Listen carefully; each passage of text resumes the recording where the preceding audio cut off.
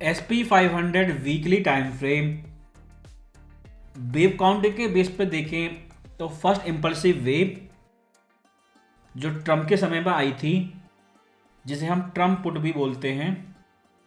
उसके बाद counter trend correction, total 50% tradesman जो आपकी रेट हाइक थी 2022। उसके बाद मार्केट फिर ऊपर गया, जिसे हम बाइडेन पुट बोलते हैं। और वेव सी, इसने एग्जैक्टली 100% प्रोजेक्शन किया। सो एवीसी वेव काउंटिंग कंप्लीट हो चुकी है और उसके बाद 100% प्रोजेक्शन से वेव सी से टॉप टू बॉटम सारा ट्रेंड लास्ट 5 ईयर। उसके बाद प्राइस नीचे आता है और वर्टिकल लाइन में 10% आप मार्केट क्रैश बोल सकते हैं। स्पीड इतनी फास्ट थी कि 3 हफ्ते के अंदर सेंटिमेंट सब कुछ बदल गया। मार्केट इतना तेजी के साथ नीचे आया क्योंकि अल्ट्रा रिच इस चीज को लेके एडिक्टेड हैं और इन्होंने जो टॉप पे बाय किया होगा वो इस समय प्रॉब्लम में होंगे। यही कारण है कि सीक्रेटली इन लोगों की टोन बदलती जा रही है। इसलिए ये चाहते हैं इस समय तो ये क्रैश रुक जाए। इसलिए अगर प्राइस ऊपर जाता है तो काउंटर ट्रेंड करेक्शन होगा और 5800 लेवल तक तो आप तैयार रहें। और करेक्शन के बाद प्राइस फिर से नीचे जाएगा क्योंकि ये हाई चांस है मार्केट टॉप है और रिसेशन स्टार्ट हो चुकी है।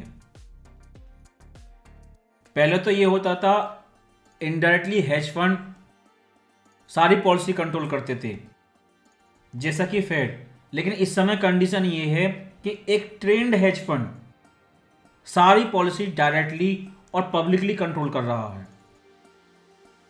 इन्होंने रिसेशन की डेफिनेशन ही बदल दी, इसे डिटॉक्स पीरियड नाम दे दिया है और कह दिया है कि वो मार्केट को ले कंसर्न नहीं है। ये वीकली टाइम फ्रेम का इलेट वेव काउंटिंग है। एवीसी वेव कंप्लीट हो चुकी हैं और एग्जैक्टली 6108 लेवल से रिजेक्शन आया है। काउंटर ट्रेंड करेक्शन के बाद प्राइस और नीचे जाएगा। तो ये मार्केट क्रैश ट्रम्प के समय और बाइडेन के समय अगर दोनों को कंपेयर करें तो ये केवल 10% था। प्राइस लेंथ कम है। और टाइमिंग को कंपेयर करें तो ये इलेक्शन ईयर 2020 में हुआ और ये इलेक्शन से ठीक 2 साल पहले हुआ। अगर टाइमिंग को भी कंपेयर करें, इलेक्शन में पूरे 4 साल हैं अभी। ना टाइमिंग फिट बैठती है और ना ही प्राइस लेंथ फिट बैठती है जो ये सपोर्ट करे कि ये चीज फिर से रिपीट होगी, मार्केट बॉटम बना के ऊपर जाए। जिसे सिंपल वे में ट्रम्प पुट या फिर फेड पुट बोलते हैं। केवल टेम्परेरी करेक्शन होगा, उसके बाद मार्केट फिर से गिरेगा। SP500 डेली टाइम फ्रेम अगर इस बॉटम से देखें, जब बाइडेन ने आइसक्रीम खाते हुए ये इंटरव्यू दिया था और कहा था मुझे स्ट्रॉन्ग डॉलर से कोई फर्क नहीं पड़ता, मार्केट बॉटम उस समय स्टार्ट होता है। और इस बॉटम से टॉप तक अगर आप देखें, क्योंकि बाइडेन ने व्हाइट हाउस छोड़कर जाने से पहले ये किलर स्माइल दी थी और 2 ईयर एनिवर्सरी को सेलिब्रेट किया था। इस बॉटम के समय रिसेशन पॉसिबिलिटी 100% थी, लेकिन बाइडेन ने हर चीज ट्राई करी और इस सेशन को स्किप करा गया हर कॉस्ट पर। लेकिन बाइडेन के इस 2 साल के पीरियड में अगर आप देखें, टॉप टू बॉटम पहला 10% करेक्शन आता है सितंबर FOMC मीटिंग, जब हायर फॉर लॉन्गर का नैरेटिव चला था। लेकिन नवंबर FOMC में 2023 में बॉटम आ जाता है और 10% के बाद मार्केट यूटर्न और फिर से फेड पुट एक्टिव। उसके बाद अगस्त महीने में लास्ट ईयर लगभग 10% SP500 क्रैश होता है। मार्केट 75 बेसिस पॉइंट का इमरजेंसी कट प्राइसिंग करता है। फेड जैक्सन होल स्पीच देते हैं और इसके अगेंस्ट में कुछ नहीं बोलते, और बाद में सितंबर महीने में इससे थोड़ी कम 50 बेसिस पॉइंट का बड़ा कट कर देते हैं। मार्केट फिर से यू टर्न दिखाता है और ऊपर जाता है। इस बॉटम से बाइडेन पुट टोटल 3 बार 10% के करेक्शन आए हैं और लास्ट 2 टाइम पे आपने पॉलिसी रिस्पॉन्स देखा। जैसा गोल्ड वीडियो में बताया था, अगस्त के महीने में मार्केट क्रैश हुआ, सेम वही फरवरी 2025 में मार्केट क्रैश हुआ। उस समय मार्केट ने 75 बेसिस पॉइंट का कट प्राइसिंग करा। इस समय भी इन्होंने मार्केट रिस्पॉन्स को लेके कट प्राइसिंग की थी, लेकिन जब ये लो बना के ऊपर की तरफ मुड़ चुका था तो कुछ कट प्राइस आउट हो चुकी हैं और इंस्टेंटली गोल्ड ने ब्रेकआउट करके 3000 लेवल को हिट कर दिया। मार्केट पहले की तरह डॉविस फेड को एक्सपेक्ट कर रहा है, प्राइसिंग पहले ही हो चुकी है, लेकिन सितंबर 2024 की तरह same to same Fed repeat करेंगे या नहीं इस एफओएमसी में।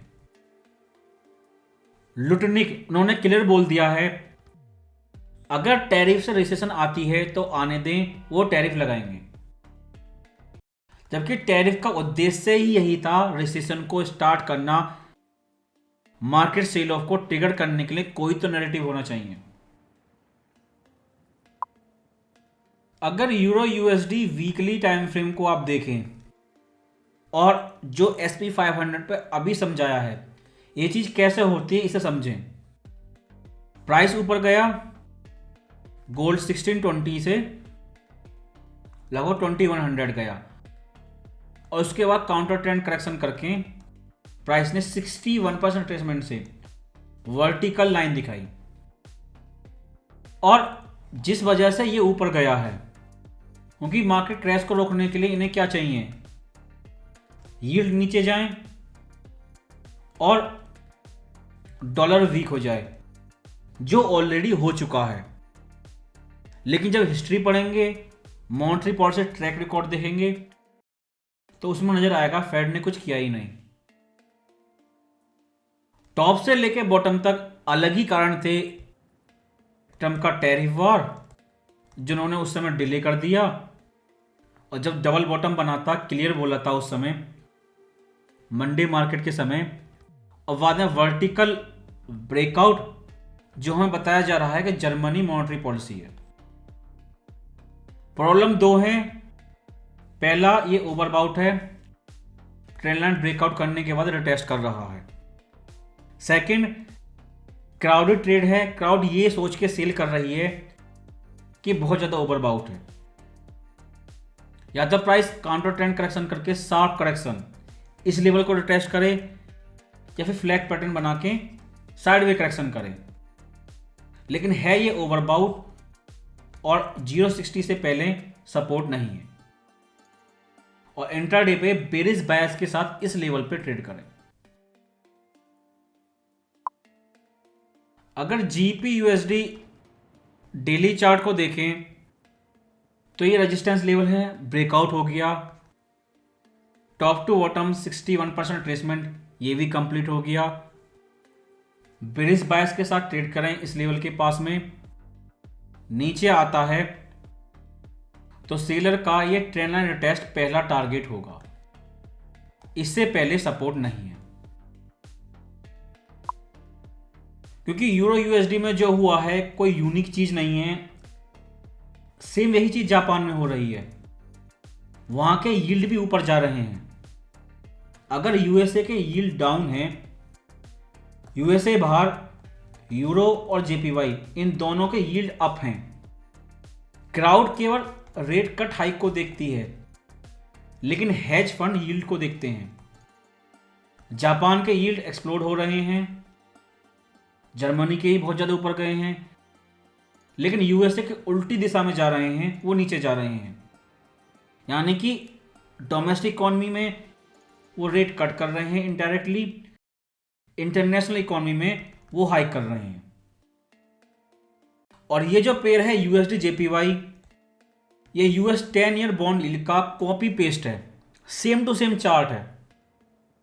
ये आपका टॉप है, प्राइस नीचे आ चुका है, top to bottom 61% retracement complete कर चुका है और 152 लेवल तक एटलीस्ट रिस्क मैनेज करके रखें। अगर बिटकॉइन वीकली टाइम फ्रेम को देखें तो ये आपका कंप्लीट वेव काउंटिंग है। ए सब डिवाइडेड इनटू 5 इंपल्सिव वेव, उसके बाद ABCDE triangle chart pattern wave V, उसके बाद इंपल्सिव वेव सी जिसने 100% प्रोजेक्शन किया और डबल टॉप के बाद मार्केट क्रैश हुआ। डबल टॉप के बाद नेकलाइन ब्रेकआउट और टेस्ट भी कंप्लीट हो चुकी है, प्राइस और नीचे जा रहा है। लेकिन करंट प्राइस को देखें तो इस पॉसिबल पैरेलल चैनल की लोअर ट्रेंड लाइन पे प्राइस सपोर्ट बना रहा है और प्रीवियस हाई इस सपोर्ट लेवल पे जो स्टैटिक सपोर्ट है इसके पास में सपोर्ट बना रहा है। लेकिन ऊपर जाता है तो ये टेम्परेरी है क्योंकि ये टॉप हो चुका है, डबल टॉप, और करेक्शन के बाद मार्केट फिर से नीचे जाएगा। अगर ऑयल वीकली टाइम फ्रेम को देखें तो ये ट्रेंड लाइन आपका most important dynamic support level है, लगभग $65 के पास में। अगर रिसेशन पैनिक बढ़ता है तो ये ब्रेकआउट हो जाएगी ट्रेंड लाइन और $40 नेक्स्ट टारगेट होगा डाउन साइड। इसने इस हफ्ते मार्च FOMC मीटिंग में फेड की तरफ से फाइनल वार्निंग आएगी, लास्ट मैसेज आएगा, केवल ये चीज क्लियर करने के लिए कि फेड पुट खत्म हो चुकी है और 10% मार्केट क्रैश करने के बाद वो उसे सपोर्ट करने के लिए नहीं आएंगे और मार्केट करेक्शन करके लोअर लो लोअर हाई बनाता रहेगा और जिसका डायरेक्ट इफेक्ट हर एसेट प्राइस पे पड़ेगा।